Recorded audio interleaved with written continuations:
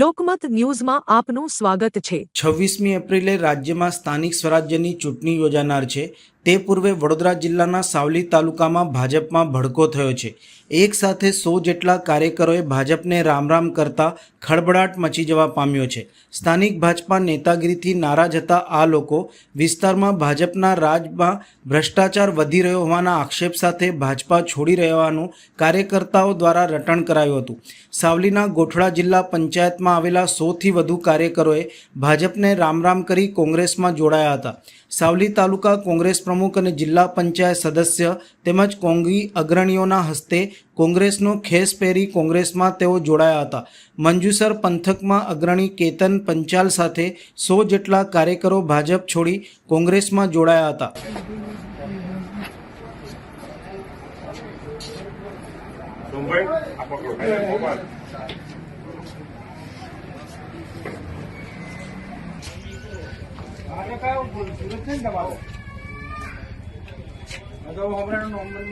जिला पंचायत कार्यकरों साथे अमे कांग्रेस ની અંદર જોડાયા છે। આ પહેલા આપ કઈ પાર્ટીમાં હતા? આજ પહેલા અમે ભારતીય જનતા પાર્ટીની અંદર હતા। કોંગ્રેસની પાર્ટીને પ્રેરિત થઈને અમે કોંગ્રેસની અંદરથી 100 થી વધુ કાર્યકરો જોડાયા છે।